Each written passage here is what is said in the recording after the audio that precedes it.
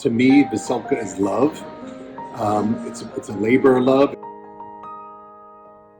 The Silk is a 24-hour a day, 7-day a week, informal Eastern European restaurant. It's a neighborhood gathering spot.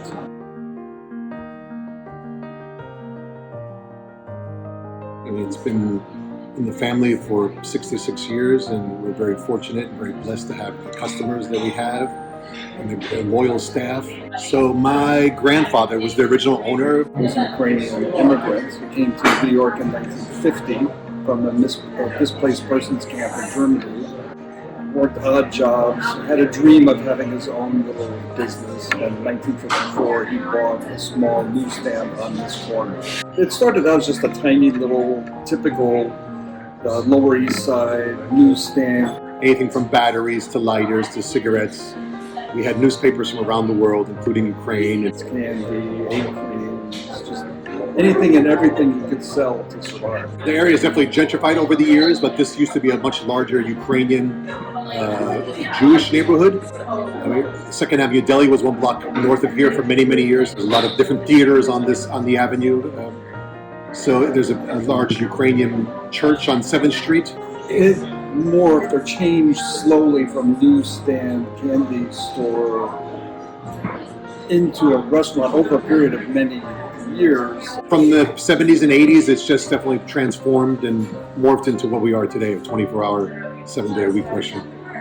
So I met my future wife at a fraternity party in college in 1965. She brought me here. I met her father, fell in love with the neighborhood, and I started working here. I've been here since 1966. I've been working here ever since I graduated university. I always felt privileged to say that this is a family-owned business.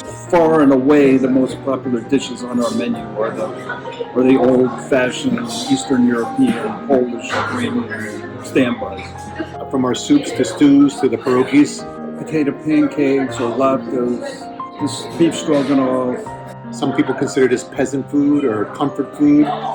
It's easy to make, and it's a good value for the dollar. So we have a loyal, long-time crew that we make everything from scratch here. They all been here for 10 plus years. We pride ourselves in home cooking. On average, we were serving about 800 people per day, over 1,000 on weekends. We used to make like 6,000-7,000 a day. A lot of pierogies. In the 50 years of things that we've had to deal with, we prided ourselves on staying open through some pretty difficult disasters. We were open for Superstorm Sandy, 9/11. We stayed open through blackouts. We're always here to serve the community, serve our local police department, fire department. When COVID hit, that was the first time in our history we never closed. To close in mid-March, it was very trying.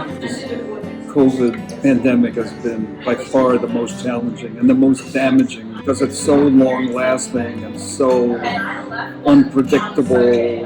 And I'm concerned about getting through the winter. We just like to be here for our friends and neighbors.